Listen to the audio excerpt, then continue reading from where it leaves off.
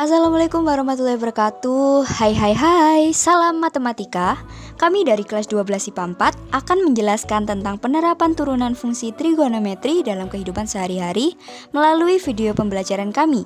Sebelum itu, izinkan kami memperkenalkan diri terlebih dahulu. Perkenalkan, nama saya Marsha Novita Agung, nomor absen 23. Perkenalkan, nama aku Amelia Prasinja Putri, absen 4. Halo, saya Dwi Rahayu Widyastuti dari absen 12. Perkenalkan, nama saya Faradina Nur Aini, absen 14. Pengertian turunan trigonometri, yaitu proses matematis untuk menentukan turunan pada suatu fungsi trigonometri ataupun perubahan terkait dengan suatu variabelnya. Fungsi trigonometri yang bisa digunakan yaitu ada sin X, cos X, dan tan X. Oke, materi selanjutnya kita akan membahas turunan fungsi trigonometri nih. Yang pertama, Y sama dengan sin X, maka turunannya adalah Y aksen sama dengan cos X. Yang kedua, Y sama dengan cos X, maka turunannya yaitu Y aksen sama dengan min sin X. Yang ketiga, Y sama dengan tan X, maka turunannya Y aksen sama dengan sekan 2X. Yang keempat, Y sama dengan cos sek X, maka turunannya yaitu Y aksen sama dengan min cos X, kotangen X. Yang kelima, yaitu sekan X, maka turunannya Y aksen sekan X tan X. Yang terakhir, yaitu Y kotangen X, maka turunannya Y aksen sama dengan min cos sek 2X. Selanjutnya, saya akan membahas sifat-sifat fungsi turunan trigonometri. Yang pertama, jika fungsi X sama dengan C dikali U, maka turunannya yaitu F aksen X sama dengan C dikali U aksen. Yang kedua, jika fungsi X sama dengan U plus V, maka turunannya F aksen X sama dengan U aksen plus V aksen. Yang ketiga, jika fungsi X sama dengan U min V, maka turunannya F aksen sama dengan U aksen min V aksen. Yang keempat, jika fungsi X sama dengan U kali V, maka turunannya F aksen X sama dengan U aksen V plus U dikali V aksen. Yang kelima, jika fungsi X sama dengan U per V, maka turunannya F aksen X sama dengan U aksen dikali V min U aksen dikali V aksen per V kuadrat.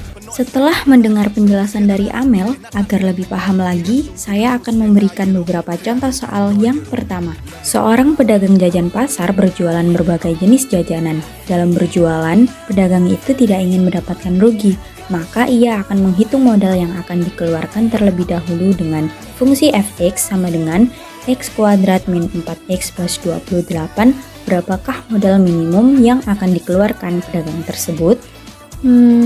Bagaimana nih penyelesaiannya? Mari kita simak video berikut ini. Untuk mengeluarkan modal minimum f aksen x harus sama dengan 0. Fx sama dengan x kuadrat min 4x plus 28, f aksen x sama dengan 2x min 4, 0 sama dengan 2x min 4, 4 sama dengan 2x sama dengan 4 per 2, x sama dengan 2. Jika x sama dengan 2, maka fx sama dengan x kuadrat min 4x plus 28, f2 sama dengan 2 kuadrat min 4 kali 2 plus 28 sama dengan 4 min 8 plus 28 sama dengan 24. Biaya modal dalam ratusan, jadi biaya modal minimum yang harus dikeluarkan pedagang tersebut adalah Rp240.000. Soal yang kedua, sebuah mobil bergerak dengan jarak mengikuti fungsi X dalam kurung T sama dengan 3T kuadrat kali sin T. Tentukan kecepatan mobil tersebut pada saat T sama dengan 60 second. Penyelesaiannya yaitu X dalam kurung T sama dengan 3T kuadrat kali sin T.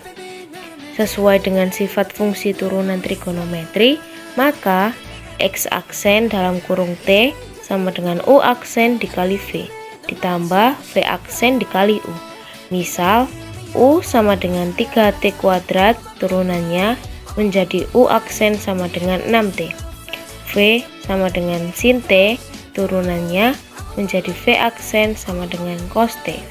V dalam kurung T sama dengan U aksen dikali V ditambah V aksen dikali U sama dengan 6T dikali kurung sin T plus cos T dalam kurung 3T kuadrat sama dengan 6 dalam kurung 60 dikali dalam kurung sin 60 derajat ditambah cos 60 derajat dikali 3 dalam kurung 60 kuadrat sama dengan 360 dikali 1/2 akar 3 ditambah 1/2 dikali 10.800 sama dengan 360 dikali 1/2 akar 3 ditambah 1/2 dikali 10.800 sama dengan 180 akar 3 ditambah 5.400 meter per second.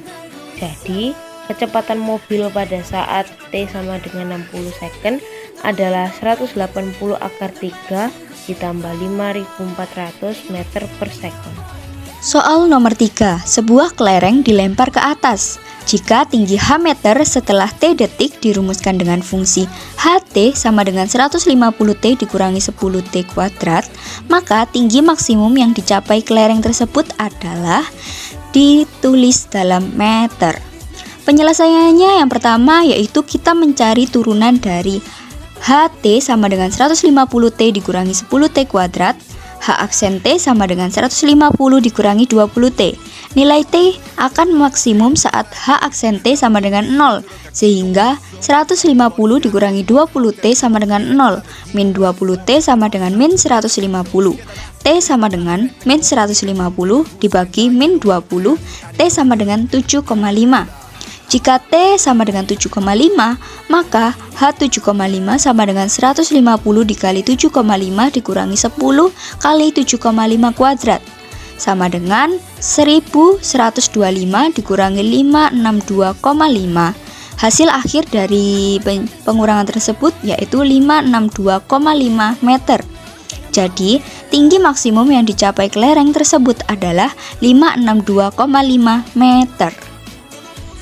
Sekian video dari kami, mohon maaf apabila ada salah-salah kata. Wassalamualaikum warahmatullahi wabarakatuh.